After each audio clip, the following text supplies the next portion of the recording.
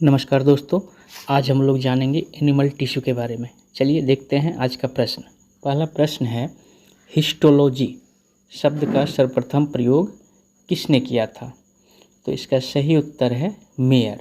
Histology शब्द का प्रयोग सर्वप्रथम मेयर ने किया था। हमारा अगला प्रश्न है, किस प्रकार के ऊतक शरीर की सुरक्षा कवच का कार्य करते हैं? तो इसका सही उत्तर है एपिथेलियमी ऊतक। एपिथेलियमी ऊतक शरीर की सुरक्षा कवच का कार्य करते हैं। हमारा अगला प्रश्न है, कौन सा ऊतक घाव भरने में सहायक होता है? तो इसका सही उत्तर है एपिथेलियमी ऊतक। एपिथेलियमी ऊतक घाव भरने में सहायक होता है। अगला प्रश्न है, शरीर को गर्म रखने हेतु कौन सा ऊतक उत्तरदायी है? इसका सही उत्तर है वसामय ऊतक। वसामय ऊतक शरीर को गर्म रखने में सहायक या उत्तरदायी है। अगला प्रश्न है, सेबेशियस ग्रंथियां कहाँ पाई जाती है? तो इसका सही उत्तर है स्तनियों की त्वचा के डर्मिस में। स्तनियों की त्वचा के डर्मिस में। अगला प्रश्न है, मनुष्य की त्वचा सबसे मोटी कहाँ होती है? मनुष्य की त्वचा सबसे मोटी तलवे में होती है। तो मनुष्य की चोटी सबसे मोटी कहाँ होती है? तो इसका सही उत्तर है तलवे पर। हमारा अगला प्रश्न है,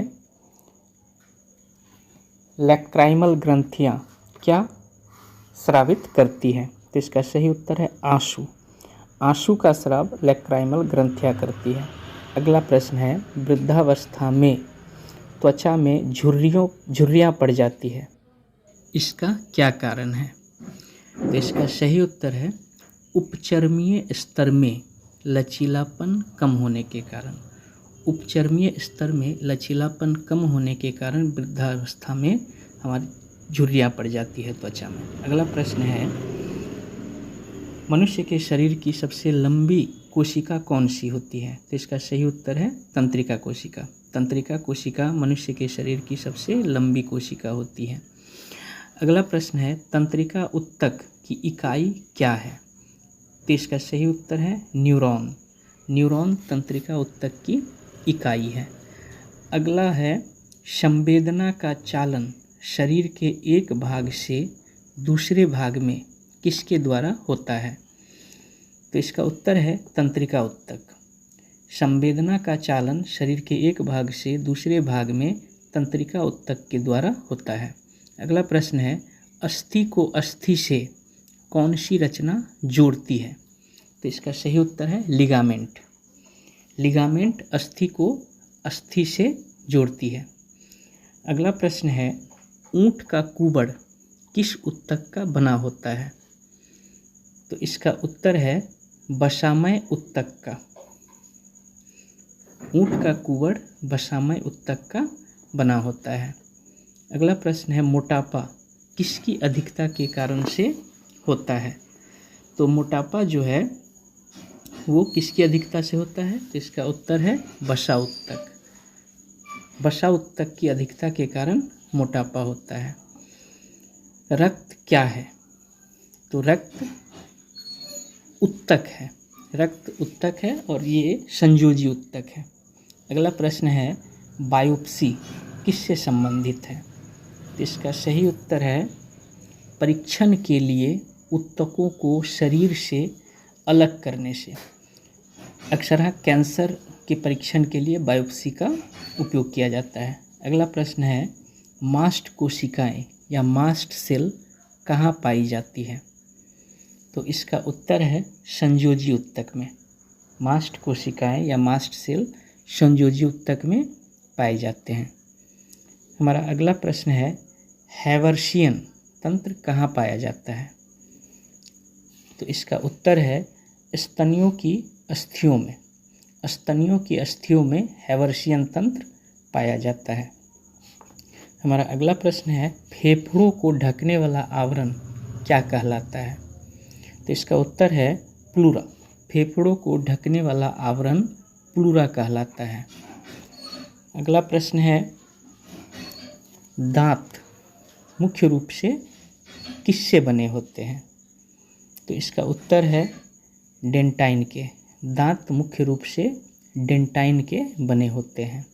अगला प्रश्न है दांत का शिखर किसका बना होता है? तो इसका उत्तर है एनामिल का।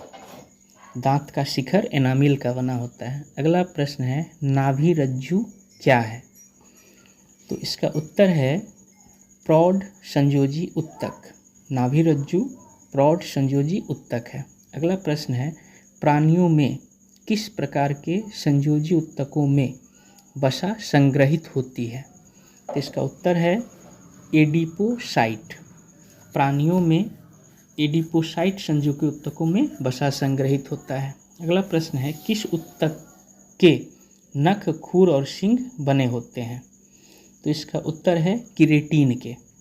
प्राणियों के नख, खुर और सींग किरेटिन के बने होते हैं। अगला प्रश्न है RH कारक या RH फैक्टर ने अपना यह नाम किस जानवर से लिया?